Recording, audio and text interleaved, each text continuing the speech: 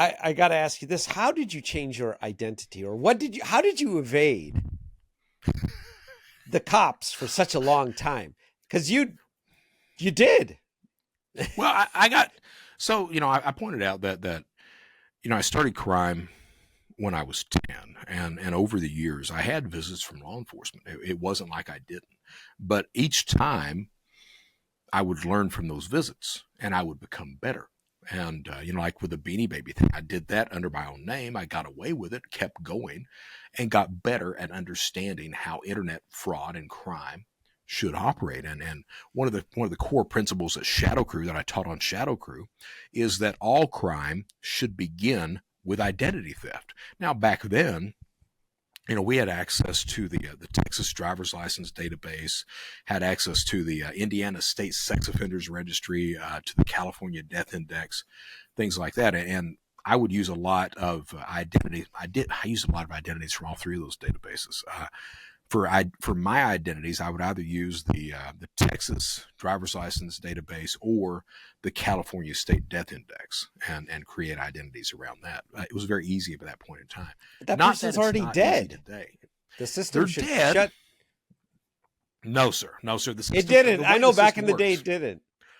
Not even today to a degree. All right. So state indexes don't reference federal indexes and vice versa. So you can be registered as dead in a state index and the federal index never know that. And there are cases, and the reason that happens, there are cases where, hey, the state doesn't know what they're talking about. This guy's alive. He's doing fine. He's healthy, everything. I'm not dead yet. He's all that. Yet the state thinks he's dead. The feds, they don't.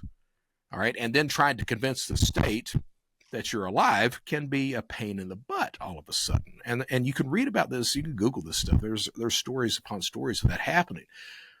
So back then, the way the feds knew you were dead, prior to 1997, if you had passed away, it took the family to file for a Social Security death benefit. It only paid about $218. Once you filed for that benefit, that informed the federal government that that individual was dead. Well, it took the family 1997 and prior to file for that. Most families wouldn't do that. They were distraught. They were in grief. They didn't need $218. You can keep your damn money, all that, all right? Or they didn't know about it. So the federal government, their indexes, their databases, they don't know that a lot of these people are actually dead. They're just, hey, what happened to them? So those identities on a federal level, easy enough to use. Now, after 97, from 1998 prior to today, the funeral home or the hospital can file for that Social Security death benefit. So they're much more accurate these days. What I used to do, so when I found the Social Security death index, I mean, not Social Security, but the California death index, my initial idea was, I wonder if I can file for Social Security benefits on these individuals that the federal government thinks may still be alive. So I tested that, tried it out. Turns out that those numbers have been dormant for so long, they wanted you to come in for a physical interview. Well, no, I'm not going to do that. So the next idea I had was, well, I wonder if you can file tax refunds for these individuals. And it turns out you absolutely can. So I'm the guy that, and there's nothing to be proud about this at all, I'm the guy that created this thing called Social Security, not Social Security, but tax refund identity theft. The reason your all's returns are delayed every single year is this asshole right here talking to you today. And I stole a lot of money doing that, and it's a crime that continues to be committed. There were a lot of people in prison who were doing it right from their jail cells. There were a lot of people in prison doing it right from their jail cells. Yeah, a lot. Yeah, and it's a you know, and here's the thing. I mean, I was the exact same way. I didn't give a damn about my victims. I didn't care. It started with dead people, and understand that there are victims in, because you've got the families, the surviving members of the families that when they find out that their loved one who passed away a few years prior is being used by some criminal, that causes an emotional response, that you have a victim there. But it wasn't just dead people with me. It got to the point that, hey, I would steal someone's, identity and file a tax return on them. And you're not just harming or stealing money from the government.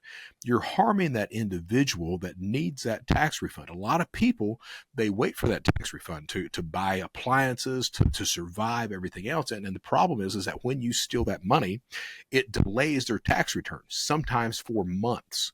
So you're harming individuals. And when I was a criminal, when I was committing crime, you would make excuses. Well, I'm just stealing from the government. They're going to get their money. Everything's okay.